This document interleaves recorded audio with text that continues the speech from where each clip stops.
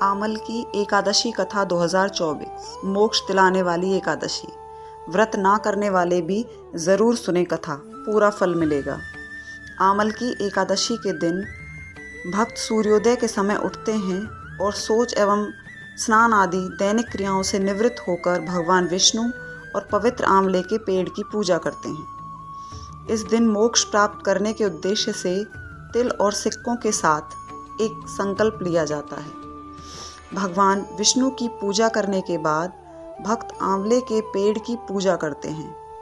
वे पवित्र वृक्ष पर जल, चंदन, रोली, चावल, फूल और अगरबत्ती चढ़ाते हैं।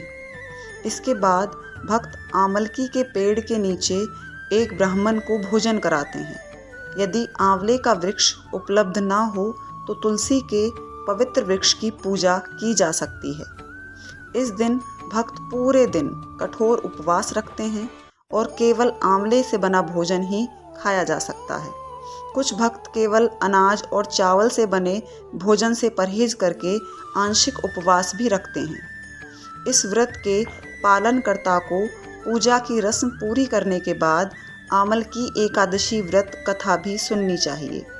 आमल की एकादशी के दिन भक्त पूरी रात जागते हैं और विष्णु सहस्त्र नाम का जाप करते हैं। आइए सुनते हैं आमल की एकादशी की पहली कथा।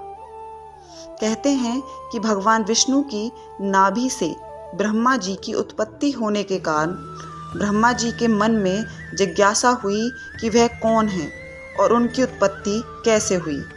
इस प्रश्न का उत्तर जानने के लिए ब्रह्मा जी ने भगवान विष्णु की तपस्या की। तपस्या से प्रसन्न होकर भगवान विष्णु ने ब्रह्मा जी को दर्शन दिए। विष्णु जी को सामने देखते ही ब्रह्मा जी की आंखों में आंसुओं की धारा बहने लगी। ब्रह्मा जी के आंसू भगवान विष्णु के चरणों पर गिरने लगे और उनके आंसुओं से आमलकी यानी आंवले का वृक्ष उत्पन्न हुआ। तब भगवान विष्णु ने ब्रह्मा जी से कहा कि आपने आंसुओं से उत्पन्न आंवले का वृक्ष और फल मुझे अति प्रिय रहेगा। जो भी आमल की एकादशी के दिन आंवले के वृक्ष की पूजा करेगा उसके सारे पाप समाप्त हो जाएंगे और व्यक्ति मोक्ष प्राप्ति का अधिकारी होगा। तभी से आमल की एकादशी के दिन आंवले के पेड़ की पूजा की जाती है। एक अन्य कथा भी आमल की एकादशी के संदर्भ में सुनी जाती है जो कि इस प्रकार है। तो आइए सुनते हैं आमल की एकादशी की दूसरी कथा। इस कथा के अनुसार एक राजा था जो पूर्व जन्म में एक शिकारी था।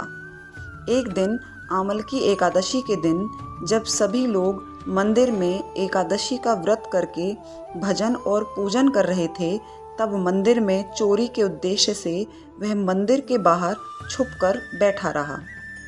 मंदिर में चल रही पूजा अर्चना देखते हुए वह लोगों के जाने का इंतजार कर रहा था। अगले दिन सुबह हो जाने पर शिकारी घर चला गया।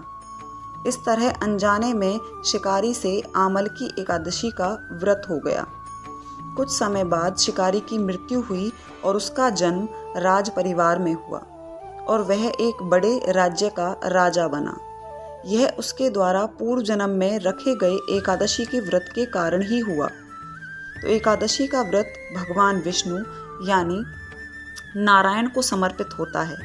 चाहे कोई सी भी एकादशी हो, इस दिन विष्णु सहस्त्र नाम का पाठ अत्यंत लाभदायी सिद्ध होता है। जो उपासक विष्णु सहस्त्र नाम का पाठ करने में असमर्थ हों, उनके लिए यहाँ छोटे छोटे मंत्र दिए जा रहे हैं। वे इनमें से किसी भी मंत्र की एक माला यानी 108 बार जाप कर लें, उन्हें पुण्य की प्राप्ति होगी। पहला मंत्र है ओम नमो भगवते वासुदेवाय। दूसरा श्री कृष्ण गोविंद हरे मुरारी हे नाथ नारायण वासुदेव। तीसरा मंत्र है ओम श्री नारायणाय नमः और चौथा मंत्र है ओम श्री वैष्णवे नमः। इनमें से किसी भी एक मंत्र का जाप 108 बार करने से भगवान विष्णु का आशीर्वाद प्राप्त होता है।